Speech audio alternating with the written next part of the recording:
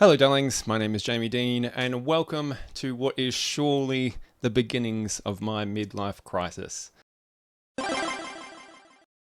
I have been on this planet now for almost 40 years. Very, very soon, that's coming up scarily quickly.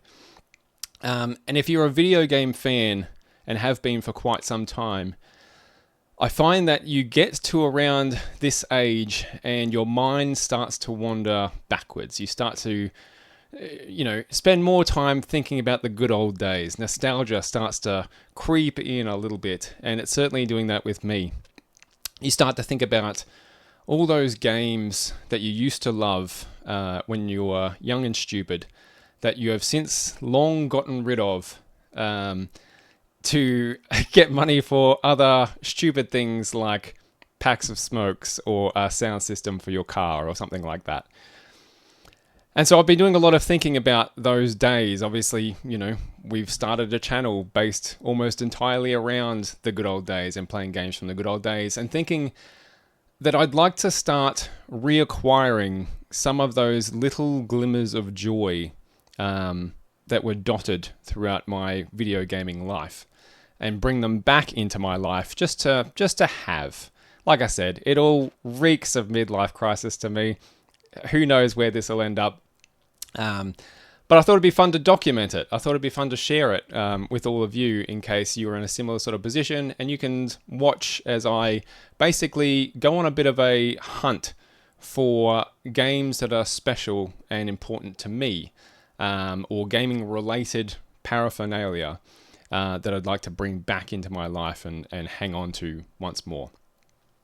So I'm going to see how we go with this series. We're going to give it a shot to make things a little bit more interesting, to put some restraints on around it, make it more of the hunt being the I guess the draw card here more so than the result. I have put some rules in place. Let's have a look at a few of those real quick. The rules of the hunt. So here's what I'm going to be doing. I'm going to be, number one, only looking at acquiring secondhand items. Now, what does secondhand mean? Is something, brand new and shrink still considered to be secondhand? I think so, if it's being sold on the second-hand market. What I mean is I'm not going to be looking at buying games that are currently for sale in retailers or online stores or whatever as a brand new product. A previously owned title, if that previous owner has chosen not to take it out of the shrink or whatever, that's fine. I don't expect to come across a lot of these, to be honest. But I wanted to focus on only buying second-hand. I don't want to just go and find brand new copies of things that I like. It's going to be incredibly expensive, and B, it just sort of seems to take the fun out of it a little bit for me. Number two, to go along with that, I'm going to try and do this as cheaply as possible. So that goes right along with the only secondhand items. If I don't have a lot of money to spend on this adventure, okay? I'll be real with you. But I think that's good. I think that putting a limited budget on something like this makes the hunt all the more exciting and enjoyable. That you can't just throw money around to just get what you want. I certainly don't want to do that. I can't do that anyway. But I want to be able to go and find find these little gems that sort of crop up, and don't just grab the first one I see because that's something I'm looking for. Take some time to actually find the best bargain I can find on that particular game. And number three, I'm not just trying to build a generic game collection here. I want to make sure that everything that I'm buying has some special significance to me in some way. I don't want to have... I'm not trying to find games just to have them. Okay, I'm not trying to find titles, little gems of titles that might be super valuable or might be really rare or hard to find, and get them for those reasons alone. Everything I find, I want to make sure is special to me in some way. I think that makes the collection all the more special to me in a whole, and it's kind of the whole point of doing it, really. So that's the rules of the hunt. That's what we're going to be trying to do. I'm going to be perusing my local secondhand stores on a regular basis. I'm going to be, combing through eBay, Facebook Marketplace, all those sorts of things. I have some titles in particular in mind. Others, I'm just kind of going to look and be surprised. I think that's half the fun of it, is going in and not really having anything in particular that you're searching for, but just see what crops up and see what comes along my path, and see what ends up on the shelf. Now, this is going to be week 1. I'm going to loosely try and do this every week-ish, somewhere around that. To start this off, this is the tail end of my first week on my, whatever we want to call this, bargain hunting quest. And I found a few little gems. Nothing spectacular, blow your mind off. There's one thing in there, however, that I was very, very pleased to come across that I wasn't looking for. So I'm going to show you those finds right now, and then every week thereafter, hopefully, I'll be able to come back and show you what I've found for the week. I'll give you a cost rundown and all that, and let you know how much the week's hunting cost me, and give you an idea of just how much of a bargain these things were or were not. So let's get on down to the table now, and I'll show you the results of my first week on the hunt. Okay, here we go. So I'm looking at my pile, and I've got 1, 2, 3, 4, 5, 6 items that I've managed to find this week, on week 1, and I think all of them except one are from secondhand store. Like, just walk in and found them there, So let's get cracking. Let's get into this. Starting with the very first thing I came across, which was Mass Effect 2. Now this is basically like perfect condition. It looks new. It looks brand new. It's a little bit dusty, but otherwise there is not a nick or scuff or dent or anything on this. It doesn't look like it was ever even opened, to be honest. But it is all there. If we crack this open. So we've got both discs present and accounted for, and very, very important to me is all the manuals and bits and pieces that come in the case, because that's just a very nostalgic little touch that we don't get in games anymore. And I think we all miss that. So there's a few little ads for things there. Put them back in, but the manual's there again. Doesn't look like it's ever even been opened or touched. Let's fix that.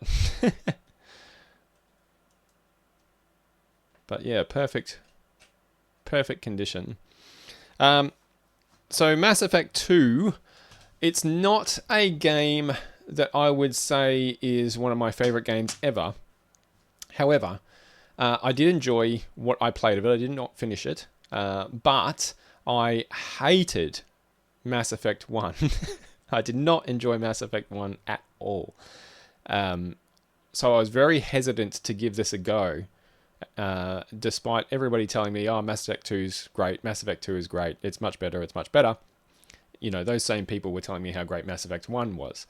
But I gave it a go, and I did enjoy what I played of it. I certainly enjoyed it a hell of a lot more than Mass Effect 1. And I think this is sort of reflective of me trying different things. That was a sort of a point in my video game life where I was starting to break out of playing the same genre, the same types of games all the time, and trying something a little bit different, a little bit new. But I did enjoy, again, I didn't finish it, but I did enjoy what I played. This is the Xbox 360 version, obviously. I think I played mine on PC, so if I ever do come across a PC version, I will probably replace this. But I got this for $3, 3 Australian dollars, which is, in US dollars, what? A thimble of dirt, probably? Something along those lines. So, bargain. Had to have it in the collection. Item number 1. Another 360 title for my second find, also at the same shop, was Gears of War. Now, I don't like typically getting these, classics or platinum versions or whatever each manufacturer wants to call them. I prefer to just get the original base one, but this is what they had there. And I thought, why not? Until I find an original copy in as good a condition as this will do. Again, like Mass Effect, it was sitting right next to Mass Effect on the shelf, so probably the same person donated them. It looks like it's basically brand new. But it's all there. We've got our disc. We've got our manual.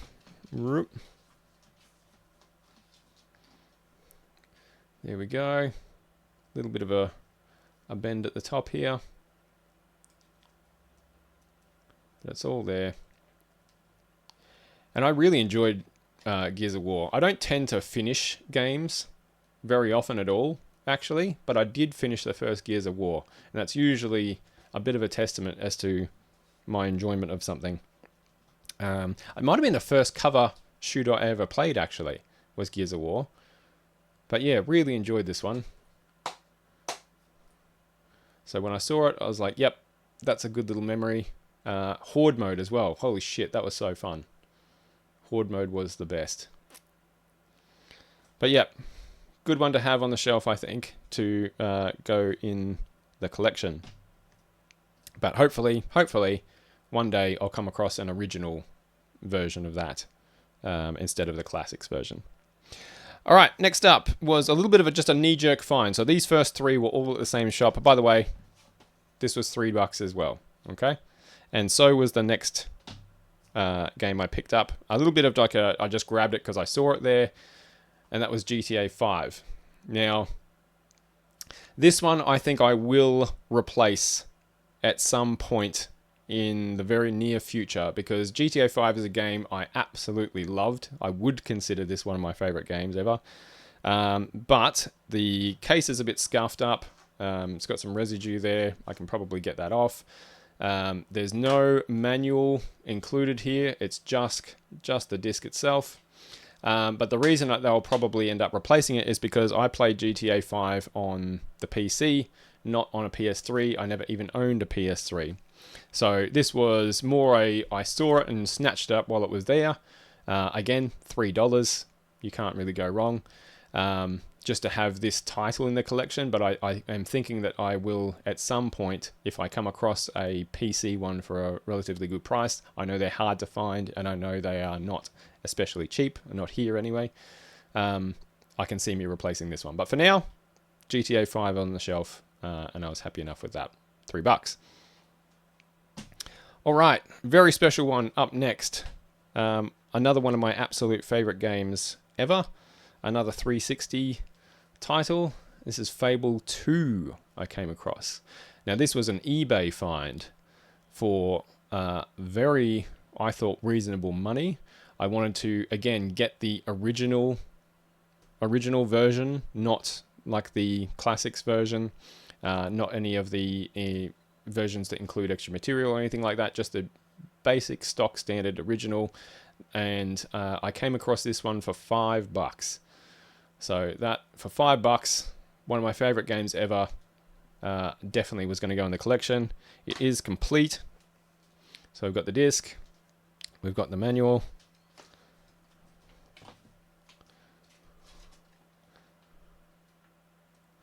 I just love flipping through these, I really do. I think they're so... There's just something about game manuals. Like, bring them back. Please, bring them back. I miss game manuals a lot. But yeah, perfect nick. Really good condition. I was very happy with this one. You never know when you buy games and things off eBay what kind of condition that they're going to show up in, despite what they list them as. But I was very happy that this one was in very good condition, and again, looks basically untouched and new. So really happy to have that one on the shelf. $5 for one of my favorite games ever. I've regretted not having it ever since I got rid of it. Really happy to have it back. All right. Next up was another secondhand store find. This one was a different secondhand store than where I got the first three games. But this one is, again, I was lucky. I don't know what, I think I even got all these on the same day too. So some of my favorite games just happened to be lying around in secondhand stores on the day I happened to walk in there. Always great, and that's why I love, going on these little bargain hunts, because you just never know what you're going to come across. But the next one's XCOM Enemy Unknown. I adore this game. It's been a favorite of mine ever since I played it. I think this might have been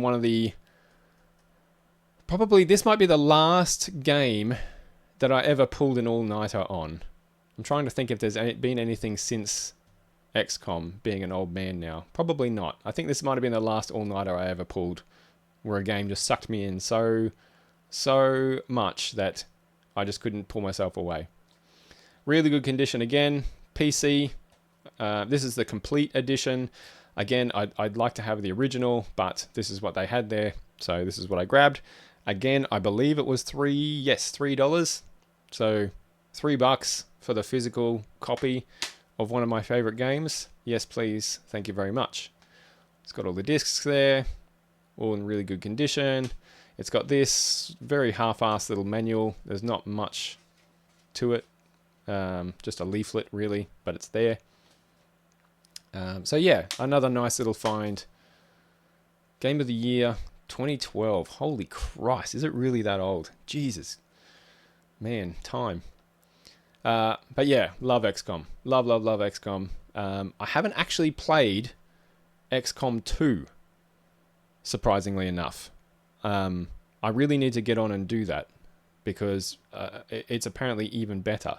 So if I love this, surely I'll love XCOM 2. But I think at the time that I played this, I just played it so much that I just sort of burnt myself out on it and didn't really want to look at another turn-based strategy game for a while afterwards. And then I just never kind of went back to try XCOM 2. But I must get on that and give it a go.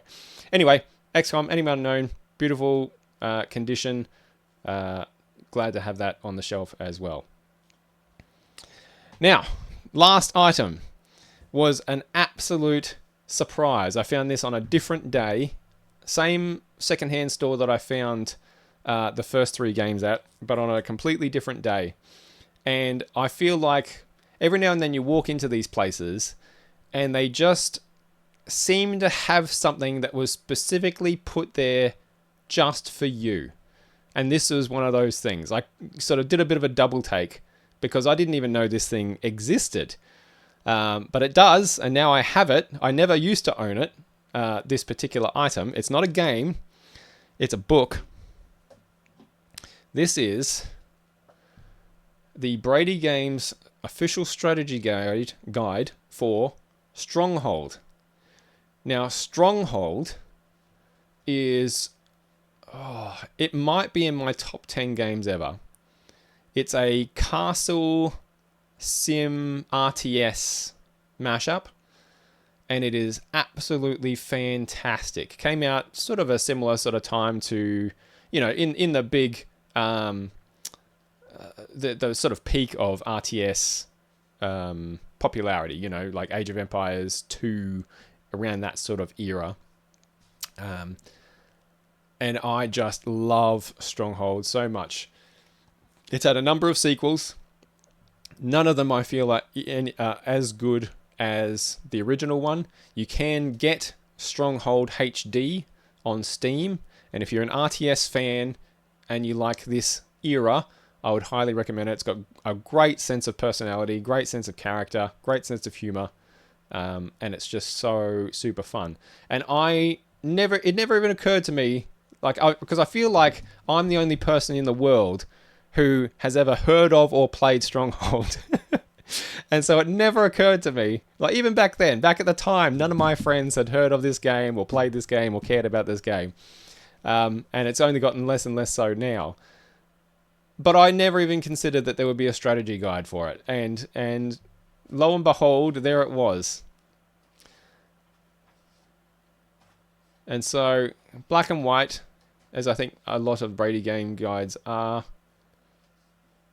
But I just couldn't quite believe my eyes. Look, there's a bit of a look at what the game looks like. It has, still to this day, I think, some of the best 2D sprite-based artwork, back when RTSs were sprite-based. I I still think Stronghold looks great now. When you play it now, I still think it looks beautiful. And it's basically about running a castle town, but also with RTS elements.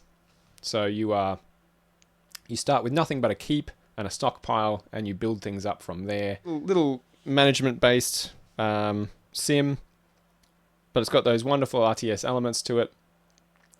So if you like either of those two genres, I think Stronghold blends them in just the perfect way. And I just loved it so much. I don't know why I'm still flipping through it, because chances are you don't actually give a shit about Stronghold either. But I do, damn it. I love it. So there we go. Look, there's a bit of a castle semi-completed there. Penning in the Wolf. These are the different levels, the maps for the different levels that you played. And what was great about Stronghold was, at the time, RTS games were very much like build a barracks and then just start churning out soldiers, right? You want an archer in Age of Empires 2, you build an archery range, and then you start pumping those bad boys out, right? Whereas in Stronghold, if you wanted an archer, well, you had to build a woodcutter's hut, and he would then have to go and chop down trees and bring those logs back to his woodcutter's hut, shape them into planks, and then take the planks up to the stockpile, and then you would need to build a fletcher who would go and collect the planks, take them back to his fletcher's hut, and shape them into bows, and then you'd have to build an armory for him to take the bows, the completed finished bows, and place them in the armory, and then you would have to make sure you had enough citizens coming into your castle town who you could then train up into archers. And if you could never have more archers than you had citizens to teach, right? And that process, that multi-stage process, applied to everything in the game. And at the time, I had not played anything that had done anything remotely like that, and I just fell in love and adore it, and I adore it to this day. It's still a fun game to play now, I think. So yeah, if that sounds appealing, Stronghold HD on Steam, go and check it out. You can probably get it for basically nothing. A really good one. So that is it. That is all of my finds to go on my collection shelf for week 1. So let's do a very quick recap. If we flick over to the week's haul, so you can see we've got Mass Effect 2, Gears of War, GTA 5, all $3 each. I managed to track that down for. Fable 2 was a $5. XCOM $3 as well, and the Stronghold strategy guide was $4. Funny that beat up old strategy guide was one of the most expensive things I found. So if my math serves me correctly, we've come in at just over $20 to start off my nostalgic, special to me gaming collection. So there we go. I hope you enjoyed that. I hope you enjoyed getting a little glimpse at the early stages of my midlife crisis there. I had a lot of fun tracking all those down. I can see this is going to be a potentially dangerously fun exercise. But what do you think? Did I do okay for $20? I feel like I did all right. But I got my nostalgia shelf started. That's the main thing. We're away. So if you did enjoy that, make sure you come back next week and I'll show you what I've managed to track down in the meantime. Hopefully we can come across a few real gems out there. But until then, make sure you keep on side scrolling. Thanks for hanging out. I'll catch you then. Take it easy.